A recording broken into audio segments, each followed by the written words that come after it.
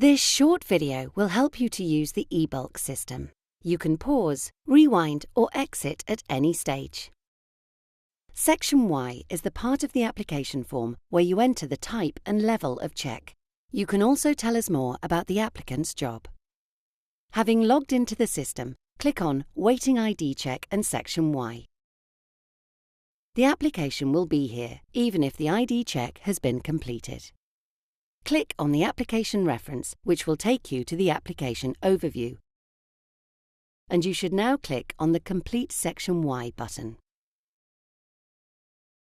The application type is preset at Enhanced, as this is by far the most common level of check. If you think the application should be for a standard check, please call us before proceeding. Next, enter the workforce, and remember, this doesn't relate to the people they are working alongside, rather the group or groups they are supervising or serving. It is very unlikely that the check will be for other workforce, but if you feel that it is, please call us before proceeding. When answering the regulated activity questions, it is really important that you make the correct decision, as you may not be legally entitled to know barring information. Always refer to your regulated activity flowchart in your recruiter's guide. This makes the process much easier, but do call us if you are still unsure. We welcome the chance to chat the situation through. You should only answer yes to working with vulnerable groups at the applicant's home address if the applicant carries out all or some of their work from their own home address.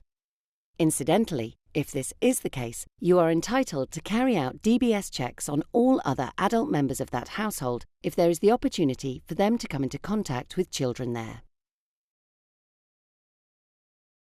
If you select yes to the Is Volunteer question, you will see the Volunteer Declaration pop up. Carefully read this through, as volunteer status doesn't just relate to payment. For example, if an applicant is on a training placement, even though they may not be paid, if they will eventually gain a qualification or accreditation from their training, they will not be classed as a volunteer, as they are personally gaining from the work they are undertaking. It is unlikely that you will need to request a DBS Adult First Check, as this only applies to staffing levels within care homes.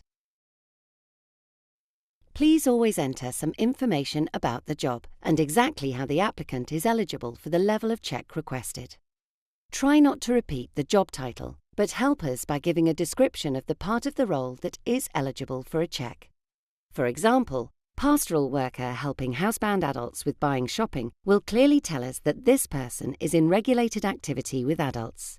If it is not clear, then it may be changed to reflect the information you have given us. Then click on Save.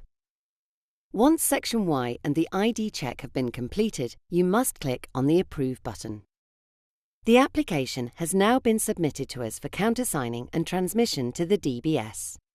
The Recruiter's Guide will now give you step-by-step guidance for monitoring DBS applications and includes links to further video tutorials for even more help.